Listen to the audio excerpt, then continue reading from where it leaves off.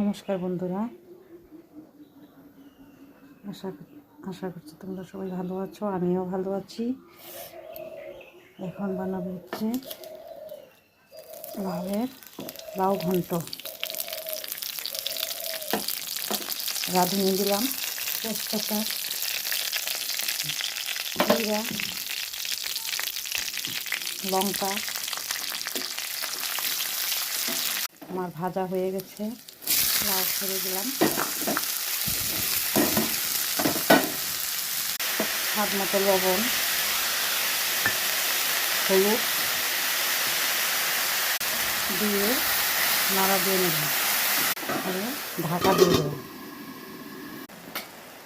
স্বাদ মতো চিনি আর সামান্য চাউলের গুঁড়া।